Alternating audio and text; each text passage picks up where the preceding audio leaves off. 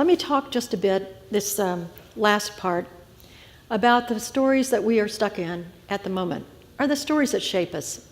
There are 4 of them, and a 5th emerging that I see that is very exciting to me. The 4 myths that have made us in the West.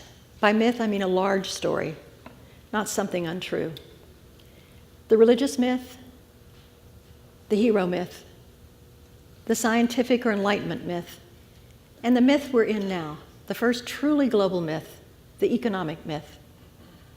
They each have their prime mode of communication.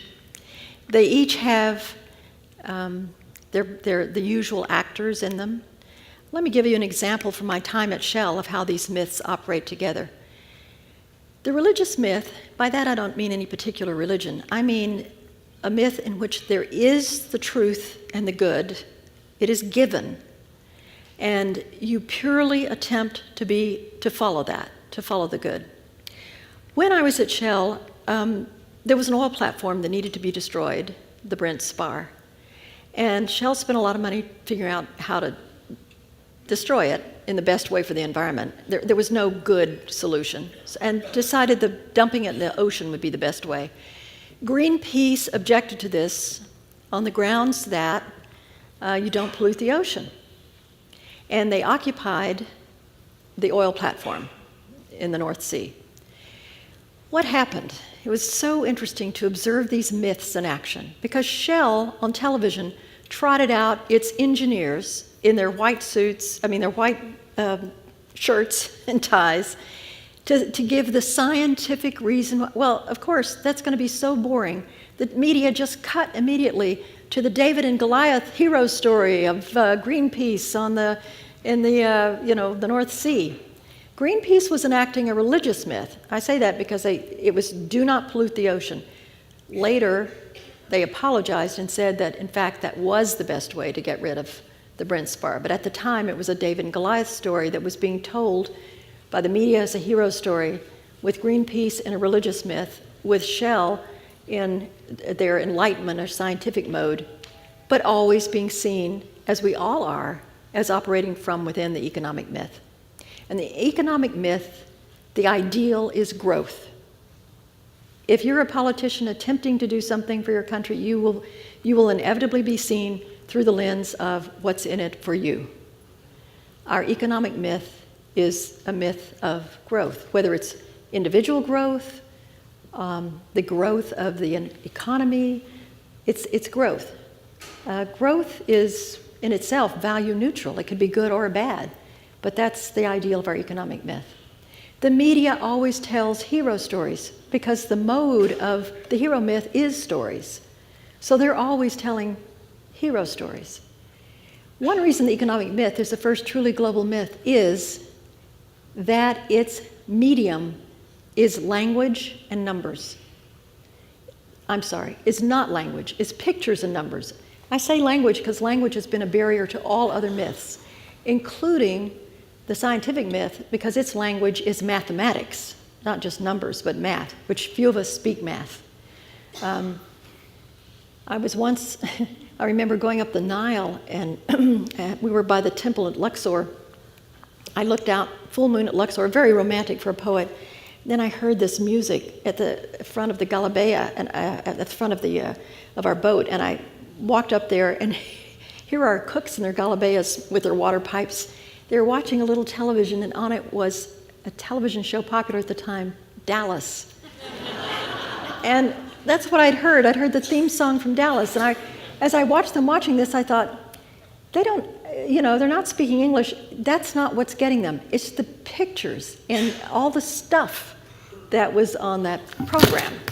So it's amazing to me how quickly the economic myth has taken over the world, even in places which are desperately fighting against it. But I see some hope there, because the economic myth from ecos, the Greek economics, a new myth is arising from it. The ecological myth, or one of my friends calls it ecosophy. You can't just create a myth out of whole cloth. It has to arise naturally out of the myth that is there. So out of the economic myth which is a myth of interconnectedness, the global economy. Out of that, we are beginning to see and feel, and perhaps, I hope, act on our interconnectedness in other ways. And just as the economic myth's aim is growth, the ecological myth's aim is health, wholeness. And I urge all of you to look for signs of this new myth as it emerges from the economic myth and to help bring it to birth. Along the way, and this is the lecture I didn't give. You know, a lot of you are Jungians, you know about shadow sides. Are the underside of things, the other side of things. If you turn this lecture over, there would be another lecture on being.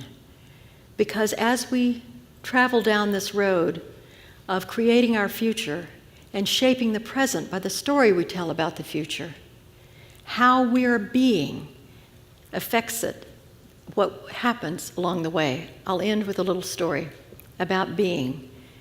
All of you know the fairy stories in which there are three sons who are sent on a quest, and there's a fox in the road, and the oldest son says, "Get out of my way, fox, I'm on a quest." And the second son says, "Get out of my way, fox, I'm on a quest." And the third son, whose name is usually something like Dumb Hans or Stupid Jack, stops and says, "Hello, fox, do you need anything? Can I get you anything?" And you know, the fox has the key to the castle or the magic cloak. You know that story.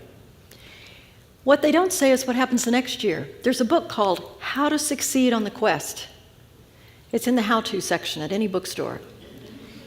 And it says, if you see a fox on the road, be sure to stop and talk to it and offer it something. This year, there's a horse in the road. So the oldest son says, Chapter 3, talk to foxes. Doesn't say anything about horses. Get out of my way, horse, on a quest. Second son, same thing. Get out of my way, horse, I'm on a quest. Third son, hello, horse. Can I get you some oats? What are you doing? Can I, So the horse has the key to the castle, the magic cloak. The point is, there's no how-to as we move into the future, but there's a way of being that will elicit the help that we need to make this next step in our future as human beings, helping the myth of the ecology of health arise out of this myth of growth that we are stuck in now.